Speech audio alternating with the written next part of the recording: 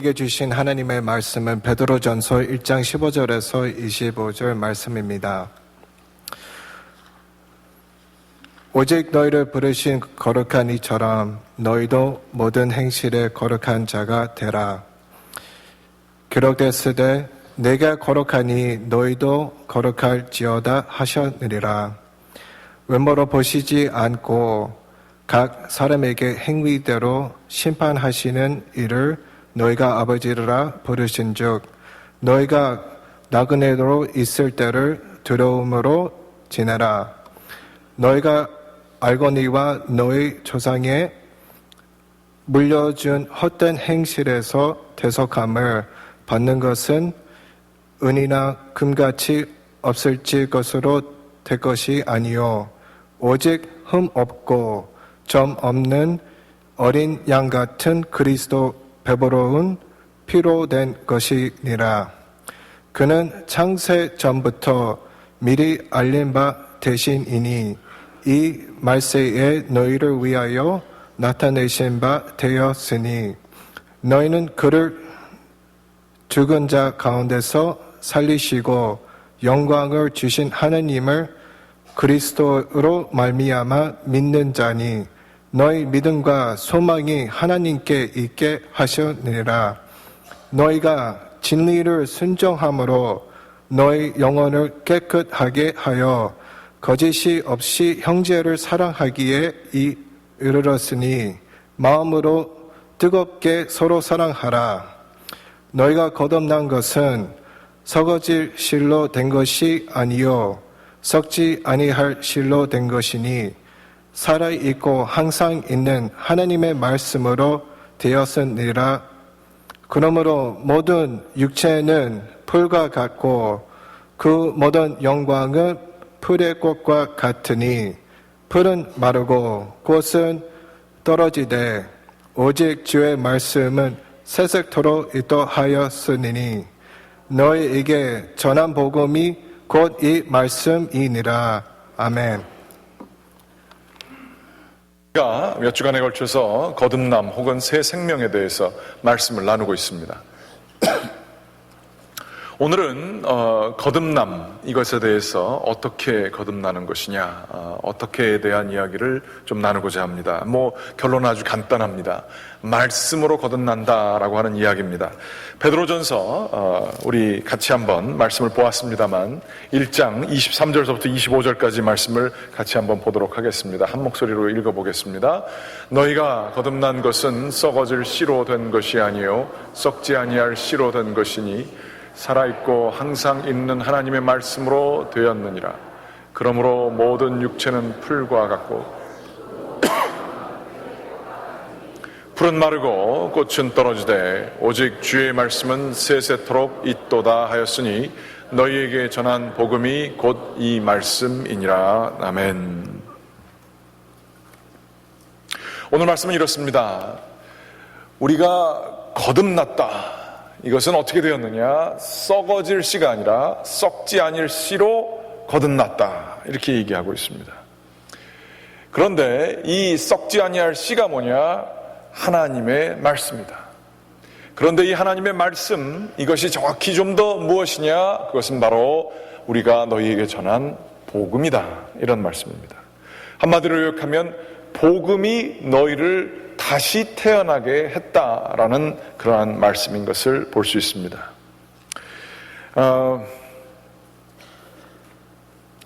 이 말씀은 야고보서 1장 18절 말씀에도 아주 유사한 말씀으로 나와 있습니다. 그가 그 피조물 중에 우리로 한 첫 열매가 되게 하시려고 자기의 뜻을 따라 진리의 말씀으로 우리를 낳으셨느니라. 진리의 말씀으로 우리를 첫 열매가 되게 하기 위해서 진리의 말씀으로 우리를 낳으셨다. 우리가 말씀의 결과다. 이러한 얘기가 나와 있는 것입니다. 씨앗과 밭, 이 이미지는 우리 씨 뿌리는 자의 비유, 예수님께서 하신 말씀에도 잘 나와 있는 것입니다. 성경에서 말하는 영적인 성장과 성숙은 바로 이러한 씨 뿌리는 이야기와 연결되어져 있습니다. 그런데 이 씨는 놀랍게도 생명을 가지고 있습니다. 여러분 한번 농사 져보셨어요? 저는 미국 교회를 하면서 그 전임 목사님이 이렇게 농사를 져놓은 거를 제가 이렇게 이어받을 때가 있었습니다. 저는 도시에서 서울에서만 자랐기 때문에 전혀 농사는 농사의 니은자도 모릅니다. 전혀 몰랐는데 그것 때문에 이제 물만 주고 있는데 아니 글쎄 별거 없는 풀 쪼가리 같은 것인데 물을 계속 주니까 거기서 토마토도 나오고 브로콜리도 나오고 상추도 나오고 이런 거 나오는 거예요. 아주 신기하더라고요. 그러고 나서 그 다음서부터는 제가 직접 농사를 짓기 시작했습니다. 씨는 아니고 모종으로 심었지만 아주 농사가 그렇게 재밌는지는 몰랐습니다. 목회를 해서 사람들을 키워야 될 텐데 제가 농사 짓느라고 이 야채를 키우느라고 그렇게 재미를 봤습니다. 아침마다 일어나서 물을 주는 재미가 있었어요. 그 중에서 제일 재밌는 거는 확연히 차이가 나니까 5월쯤에 있는 오이 농사입니다.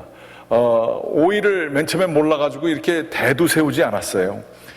그리고서 그냥 땅바닥에 자랐는데 이상해요. 자라는 게 오이가 안 맺히고 생길 것 같다가 다 떨어지고 그래서 대를 세워주니까 오이가 자라는데 나중에는 하루에 제가 세봤어요.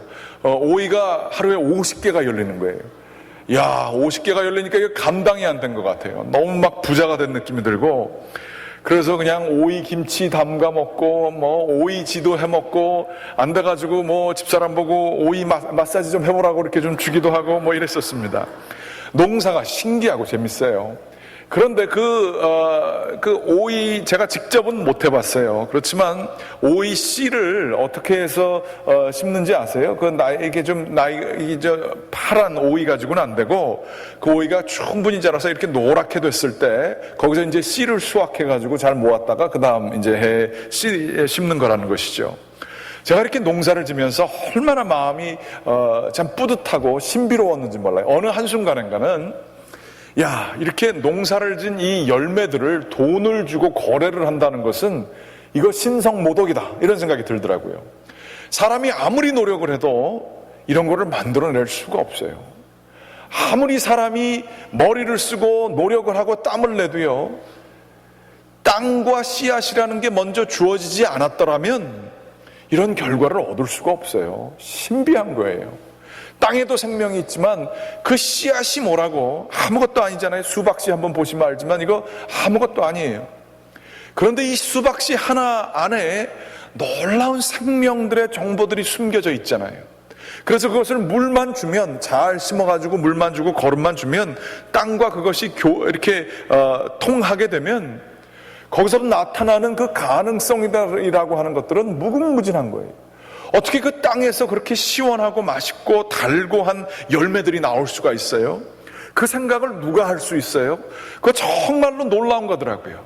맨날 농사를 졌던 분들은 이거 당연한 얘기니까 별로 놀라시지도 않겠지만 저처럼 도시 출신의 사람에게는 이 땅에서, 이 흙에서 이 단 것들이 나오고 이렇게 생명을 주는 것들이 나온다는 사실이 굉장히 신기한 거더라고요. 신앙생활도 마찬가지입니다. 저 사람이 어떻게 예수를 믿어? 그런 사람이 있어요. 어떻게 사람이 바뀌느냐? 사람 안 바뀌잖아요. 똑같잖아요. 그런데 놀랍게도 사람을 바꿀 수 있는 게 있어요. 하나님의 말씀이에요. 하나님의 말씀은 씨앗과 같아서 그게 심겨지면 그래서 그 삶과 연결이 되어지고 통하게 되고 물이 통하게 되면 거기에 열매들이 맺혀요. 열매들이 맺혀서 사람의 삶 속에 전혀 기대하지 않았던 일들이 일어나는 것들이 보여진다는 거예요. 이게 얘기하는 거듭난다는 얘기예요. 그런데 문제는 우리 주님께서 얘기하신 것처럼 이 씨가 씨 자체는 전혀 문제가 없어요. 그러나 밭이 이게 돌짝 빠진 경우도 있고 길에다가 떨어진 것일 수도 있고 가시밭도 있을 수 있어요. 들어가지 않아요. 설교를 수천 번 평생에 들어본 사람들도 있습니다. 그때 잠깐 들어가지고 은혜 받은 것 같아요. 한번 이래 볼까? 근데 전혀 그게 삶 속으로 들어가서 열매가 맺지 않을 때가 있어요. 뿌리를 내리지 못할 때가 있어요. 말씀이 들어가서 변화를 전혀 주지 못할 때가 있어요. 여러분들은 어떠세요? 주일날 나오셔서 말씀을 듣게 될 때에 기대가 있으십니까? 이 씨앗 잘 심으면, 내 삶 속에 잘 심으면 이게 어떤 열매가 되겠지. 기대가 있으세요?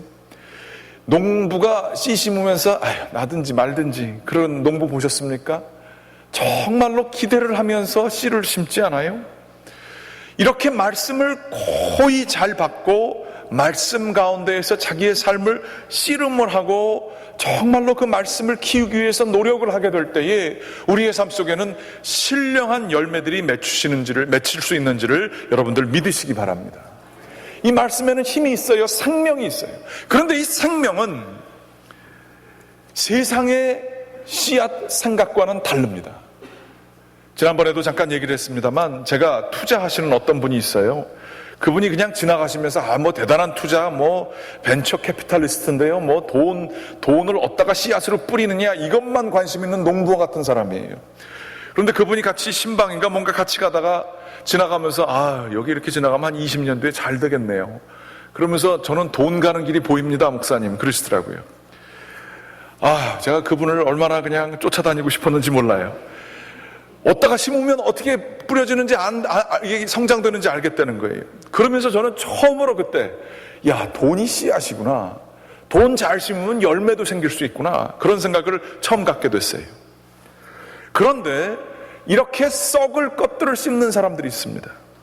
썩을 것들을 계속해서 심어서 그거 키우는 것도 재밌어요. 농사도 재밌고 돈 심는 것도 재밌고 관계도 사람에게 공을 들여가지고 심는 것도 재밌어요. 그런 것들이 굉장히 재미있지만 문제는 이것들은 썩는 것이라는 거예요. 그러나 썩지 않는 게 있어요. 오늘 말씀에 썩지 않을 살아계신 영원하신 하나님의 말씀이 있다 그래요. 그 말씀이 뭐냐 하면 복음이래요. 복음은 무엇입니까? 복음은 예수 그리스도에 관한 이야기입니다. 예수 그리스도에 대한 얘기가 복음, 기쁜 소식이라는 거예요. 이 기쁜 소식이 왜 기쁜 소식인지 한번 생각해 보게 되기를 원합니다. 이 썩지 않을 씨앗, 이것을 심게 됐을 때, 이 복음을 심게 됐을 때 어떤 일들이 나는지 우리들이 생각해 보기를 원하는 것이에요. 이 하나님의 말씀이 여기서 오늘 복음이라고 하는 데에는 상당히 큰 의미가 있습니다. 구약에 나타난 모든 말씀들, 신약에 있는 모든 말씀들이 다 깔때기처럼 모여져서 모든 것이 가리키는 것이 예수 그리스도로 나아갑니다. 아담과 하와의 이야기가 있죠. 이 아담과 하와의 이야기는 우리들이 왜 세상에 존재했는가를 가르쳐주기도 하는 말씀입니다만, 아담의 얘기는 결국에는 그것이 예수 그리스도를 가르치는 것입니다. 아담은 죄를 통해서 우리에게 사망을 준 사람입니다. 그러나 예수님은 두 번째 아담으로서 예수님의 의를 통하여 우리에게 생명을 주신 분이십니다. 가인과 아벨의 이야기도 마찬가지지요. 아벨의 피는 땅에 떨어져서 부르짖어 정의를 외치고 있습니다. 그렇지만 예수 그리스도의 피는 십자가에 흘려져서 우리에게 모든 것을 평화롭게 하고 화평하게 하는 진정한 아벨, 그것이 바로 예수님이십니다. 모세는 에집트에서 사람들을 구해냈습니다. 그리고 그 출애굽을 아직도 이 유대인들은 가장 자기네들에 있어서 자기네들이 누구인지를 정체성을 결정짓는 사건이라고 얘기하죠. 그러나 진정한 모세는 바로 예수 그리스도십니다. 예수 그리스도께서는 출애굽한 것처럼 그 어린 양의 피를 문지방에 발라 사람들의 생명을 구한 것처럼 예수 그리스도께서 자신이 어린 양이 되사 그 피로 우리들이 구원을 받게 되었고, 뿐만 아니라 출애굽한 것처럼 세상의 이 악한 정세와 권세에서 우리를 구원해 주시는 진정한 모세는 바로, 모세가 가리키는 것은 예수 그리스도라는 거예요. 다윗도 마찬가지입니다. 다윗은 골리앗과 더불어서 싸워서 이깁니다. 불가능한 상황을 하나님께 의지하여서 싸워서 이깁니다. 여기서부터 우리가 받게 되는 게, 이제 잘못 받게 되면 이렇게 다윗처럼 두려워하지 말고 용기를 내고 늘 하나님께 의지해서 살아가야 된다, 이러한 교훈을 얻는 것이 맞아요. 그러나 다윗이 가리키는 것이 우리에게 주는 이러한 인생의 교훈으로 끝나게 되면 안 되는 거예요. 그거는 그렇게 기쁜 소식이 아니에요. 우리가 다윗처럼 해야 되는 또 하나의 교훈이 주어지는 것이지요. 다윗이 가리키는 것은 우리 주 예수 그리스도십니다.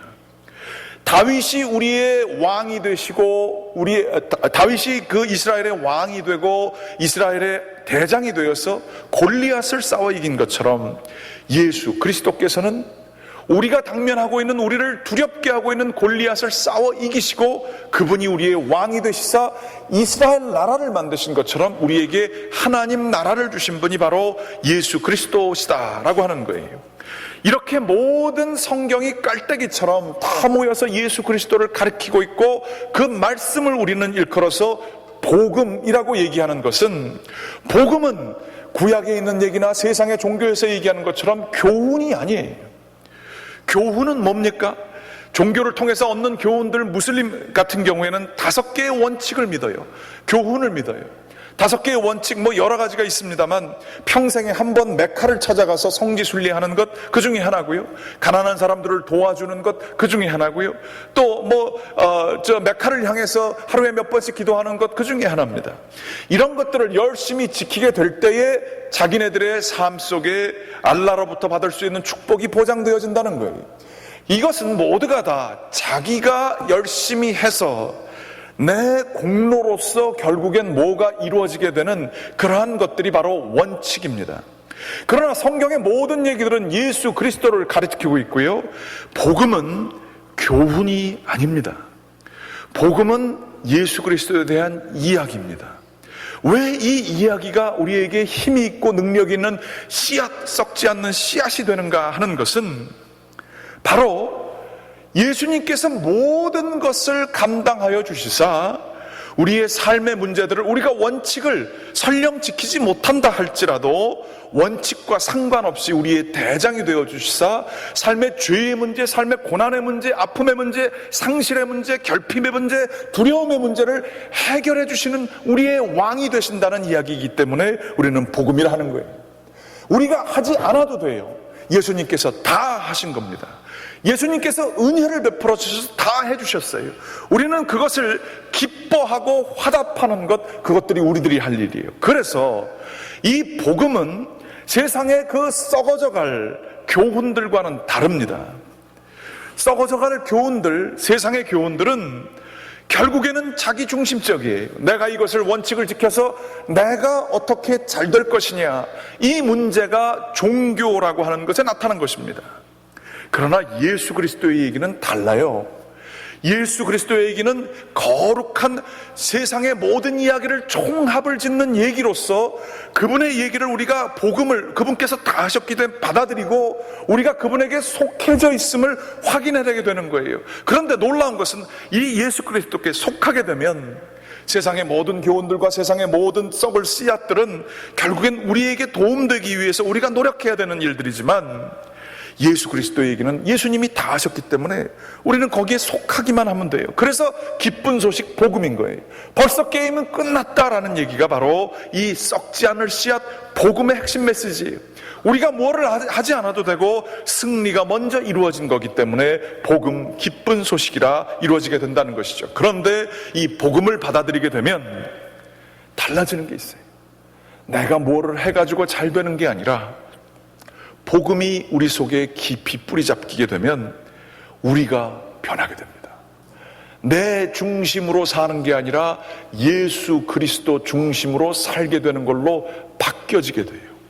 내가 나를 위해서 존재하는 게 아니라 나를 구원해 주시는 예수 그리스도를 위해서, 하나님의 영광을 위해서 사는 걸로 변화지게 돼요. 이게 세상의 교훈과 복음이 차이가 나는 거예요. 썩어질 교훈들은 열심히 지켜봤자 나를 풍요롭게 만드는 것에서 끝나요. 그리고 내가 죽으면 끝나요. 하지만 복음은 나를 변화시켜요. 예수 그리스도를 위해서 살게 만들어요. 나 자신은 없어지게 돼요. 그래서 우리가 아는 것처럼 주님을 만나게 됐을 때 세상과 나는 간 곳 없고 구속한 주만 보이도다. 이게 거듭난 생명, 그 이전에는 나 자신을 위해서 살았던 생명이라면 거듭난 썩지 아니할 말씀 복음으로 거듭난 사람들은 바로 예수 그리스도, 가장 위대한 스토리, 가장 위대한 영웅을 위해서 사는 삶으로 바뀌어지게 되는 것입니다. 빌립보서 1장 20절서부터 21절은 그래서 이렇게 표현하고 있어요. 나의 간절한 기대와 소망을 따라 아무 일에든지 부끄러워하지 아니하고 지금도 전과 같이 온전히 담대하여 살든지 죽든지 내 몸에서 그리스도가 존귀하게 하려 하나니 이는 내게 사는 것이 그리스도니 죽는 것도 유익함이니라. 그리스도를 위해서 사는 삶을 살다 보니까 이 바울 선생님이 이런 고백을 한 거예요. 거듭난 열매의 가장 왕성하고 아름다운 그러한 열매의 모습을 이 고백에서 볼 수 있어요. 나는 살든지 죽든지 예수 그리스도를 위해서 존재하기 때문에 내가 살아도 좋지만 죽는 것도 유익하다. 세상에 죽는 것이 유익하다라고 얘기하는 사람, 그 죽는 거의 공포를 이긴 사람 세상에 많지 않습니다. 그러나 예수 그리스도를 위해서 우리에게 영생을 주시고 참 의미를 주시는 예수 그리스도를 위해서 살게 되게 될 때에 바울 선생님이 이렇게 얘기했어요. 내게 죽는 것도 유익함이라. 나의 존재 목적은 내가 오래 살고 잘 살고 평안하게 살고 이것이 아니기 때문에 죽음을 이기신 예수 그리스도에게 내가 속해져 있기 때문에 내가 설령 죽는다 하여도 이것을 통하여 그리스도만 드러나게 된다면 죽는 것도 유익함이라. 죽음의 공포를 없애버리시는 예수 그리스도, 우리는 그분을 찬양하는 거 아니겠습니까? 이 새 생명으로 거듭나는 거예요. 이전에는 우리의 삶 속에 어려움이 있고 좌절이 있으면 우리들은 거기서부터 불안해하고 절망하고 어찌할 바를 모르는 상황 속에서 끝나버리게 되는 경우가 많이 있었어요. 그러나 썩지 아니하는 씨앗, 바로 복음이 우리 가운데 오게 되면 내가 이렇게 고난을 당하는 것도 우리 주님을 위한 것이 될 수 있다. 합력하여 선을 이루시는 하나님의 계획이 있고 이 모든 것이 결국엔 그리스도를 위해서 드러내놓는 그러한 영광의 삶으로 가는 길이다 생각하면 우리의 삶이 바뀌어지게 됩니다. 또 우리가 원했던, 우리를 보장하게 했고 안전하게 했던 그 풍요로운 것들, 우리의 명예들, 이 모든 것들이 바울 선생님 표현에 의하면 배설물처럼 여겨지게 되는 새로운 차원의 생명이 주어져요. 그게 바로 거듭난 생명이라 하는 거예요. 고린도전서 10장 31절 말씀에 보게 되면 이런 것이 있습니다. 그런즉 너희가 먹든지 마시든지 무엇을 하든지 다 하나님의 영광을 위하여 하라. 거듭남 삶의 목적은 우리가 잘되기 위해서 사는 것은 이 세상의 썩을 삶의 삶이고, 바로 거듭난 삶의 목적, 그것은 말씀으로 말씀이 심겨져 예수 그리스도를 위하는 삶, 거듭난 삶의 목적이라 할 수가 있을 것입니다.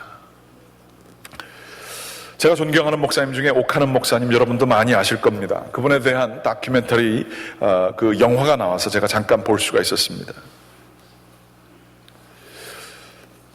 이분에 대해서 많은 그 이야기들이 있는데 이분이 설교 한 편을 준비하려고 그러면 얼마 도대체 시간이 걸립니까? 사람들이 물어봤대요. 사모님도 같이 계신데 옥 목사님이 설교를 그냥 묵상하고 그렇게 뭐 책 읽고가 아니라 딱 책상에 앉아서 준비하는 시간, 그게 얼마 걸리셨습니까? 왜냐하면 이분이 설교를 하늘이 내리신 벌이라고 얘기를 했대요. 그래서 물어봤다는 거죠. 얼마나 하길래 그렇게 하늘이 내리신 벌이라고 설교를 그렇게 하십니까? 또 사모님이 정말 1초도 안 걸리고 대답하시더래요. 이 양반 설교 한 편당 한 30시간 평균 썼습니다. 30시간은 하루에 8시간씩 하면 이게 며칠이에요? 설교 한 편에 목숨을 거는 거예요. 일주일 내내. 근데 설교를 2편, 3편 하시다가는 이분은 어떻게 사셨는지 모르겠어요. 그러고선 사셨대요.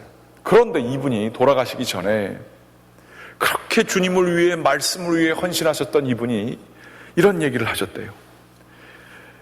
내가 천국에 가면 하나님께 상급 받을 수 있을까? 그렇게 주님을 위해서 열심히 해서 그 사모님이 당신처럼 가족도 다 팽겨놓치고 이 집이 가족 사진을 찍지 않았대요. 한 번도.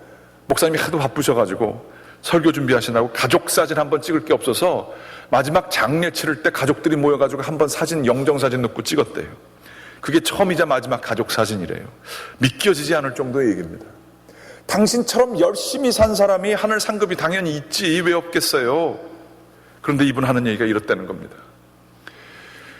내가 예수 그리스도 복음 전파하고 이렇게 사는데 내가 예수님께 받을 상급을 기대하면서 살아야 되는데 이 세상에서 받은 게 너무 많어.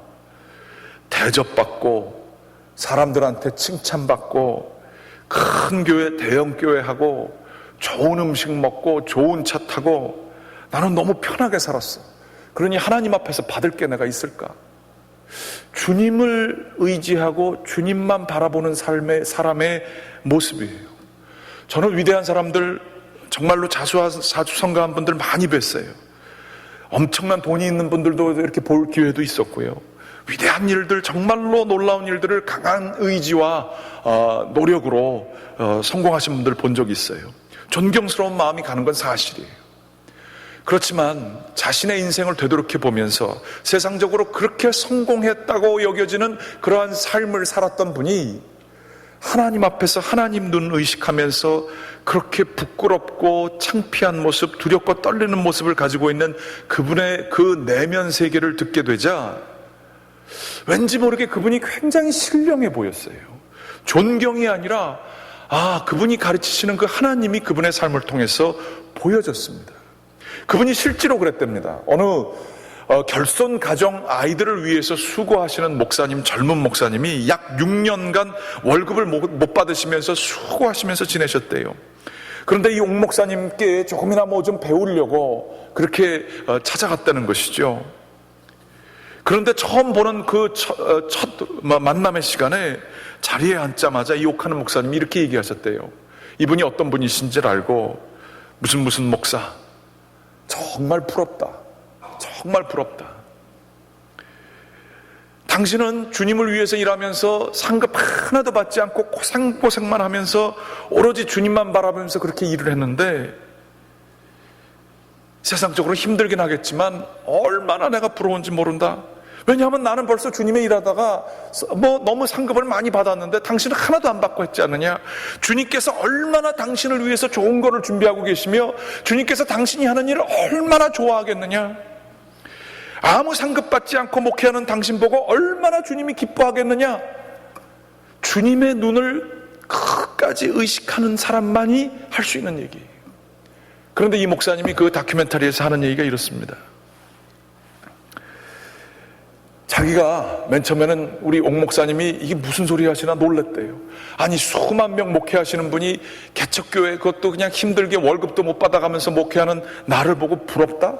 이게 말이 되는 얘기냐? 이분이 나를 지금 놀리는 거냐? 이런 생각을 했는데 정말로 주님 앞에서 생각해 보니까 바로 정말 상급 없이 살아가는 자신의 삶이 이게 축복된 삶이 아니면 뭐겠느냐라는 생각이 정말 들더래요.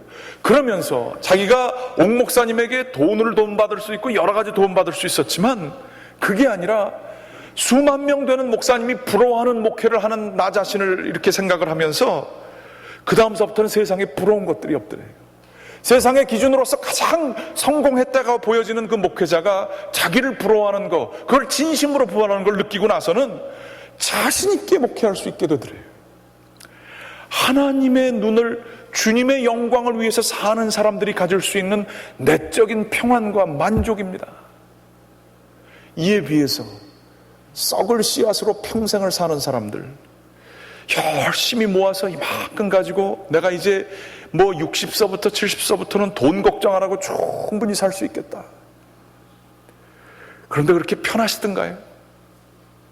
그렇게 자유로우시던가요? 행복하시던가요?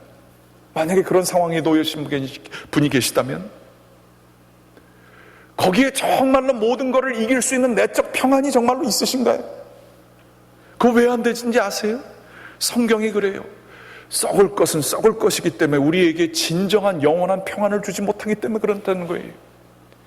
썩지 않을 말씀으로 심은 인생, 주님을 위해서 사는 인생으로 모든 생각이, 예전에는 내가 먹고 사는 것, 내가 잘 되는 것, 내가 인정받는 것, 그것만 중요했었는데 그게 아니라 주님을 위해서 사는 삶으로 모든 것이 생각의 씨앗이 바뀌어져서 열매를 맺기 시작할 때에 우리 가운데는 세상이 침범할 수도 없고 뺏어갈 수도 없고 세상이 줄 수도 없는 평안이 임하는 것을 우리들 믿으시게 되기를 간절히 기원합니다. 이게 놀라운 거예요. 거듭난 삶의 기쁨이지요. 이렇게 주님을 위해서 사는 삶을 살게 될 때에 내가 정말로 고생하면서 왠지도 모르지만 정말 몸이 고생하고 마음이 고생하면서 살고 있어요. 그러나 이 모든 과정이 하나님께서 나를 성숙하게 하시고 정말로 용서할 수 없는 사람을 내가 주님을 생각하며 그 사람을 용서하게 될 때에 주님 때문에 그분의 영광을 위해서 용서하게 될 때에 우리 주님은 기뻐하십니다. 야, 너 잘했다. 너 정말 내가 힘들지, 얼마나 힘든데 그거 하면서 사냐? 그거 어떻게 할 수 있니? 그렇지만 내가 너를 위해서 기뻐한다. 너를 위한 상급이 있다.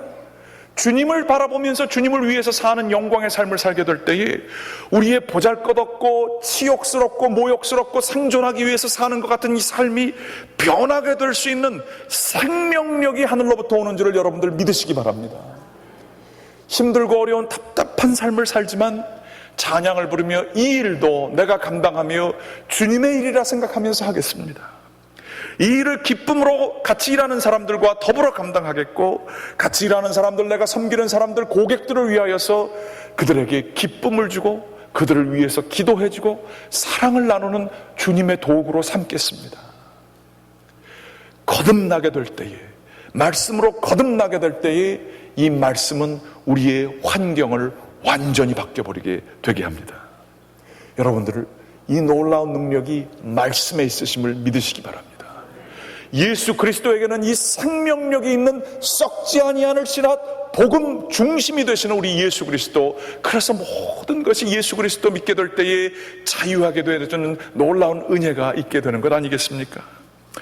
정원 목사님이라고 하신 분이 쓰신 내주하시는 주님을 의식하기라는 짤막한 글이 있어서 제가 말씀을 나누도록 하겠습니다.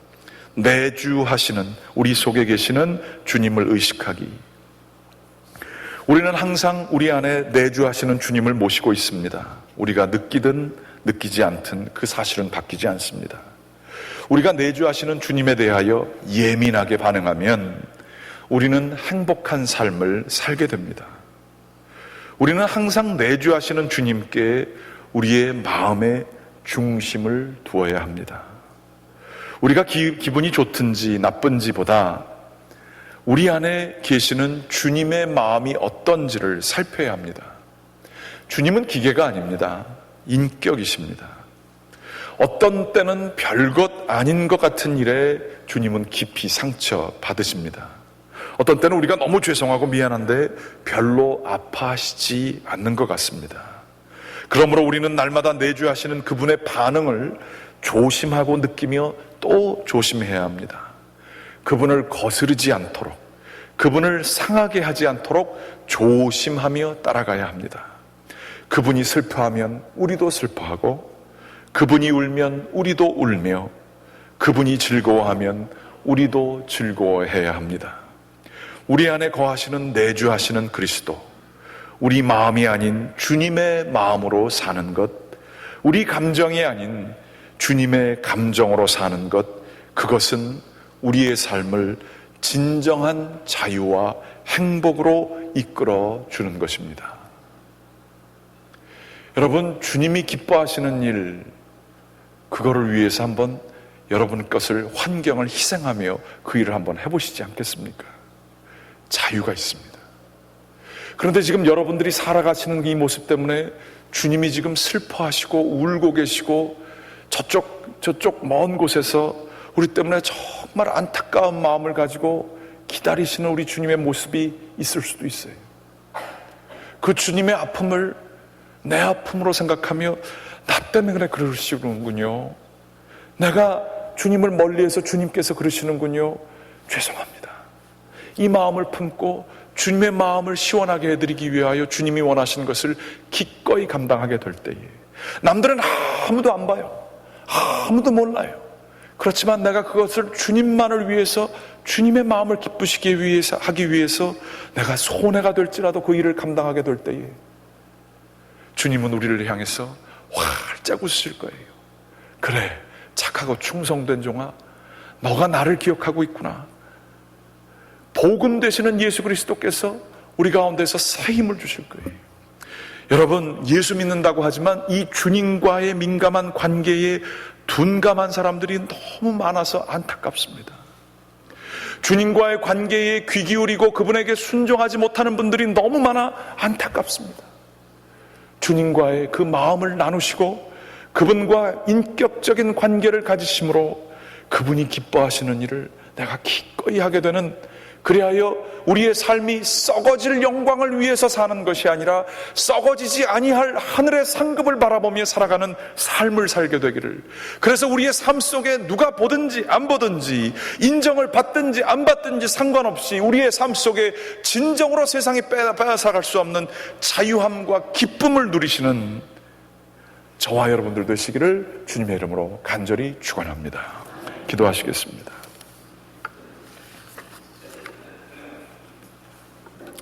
하나님, 말씀으로 거듭나게 도와주시옵소서. 복음으로 거듭나게 도와주시옵소서.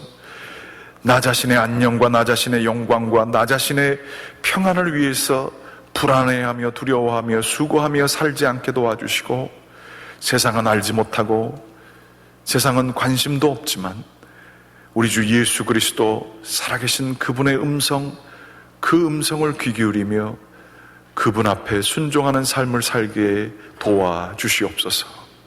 주여, 사랑의 도구가 되게 하시고 섬기는 자들 되게 도와주시고, 힘들고 어려운 삶을 살 때에 저희 옆에서 용기를 주시며 북돋아 주시며 격려해 주시며 사랑해 주시는 우리 주님을 기억하며 살아가는 저희 한 사람 한 사람 되게 인도하여 주시옵소서.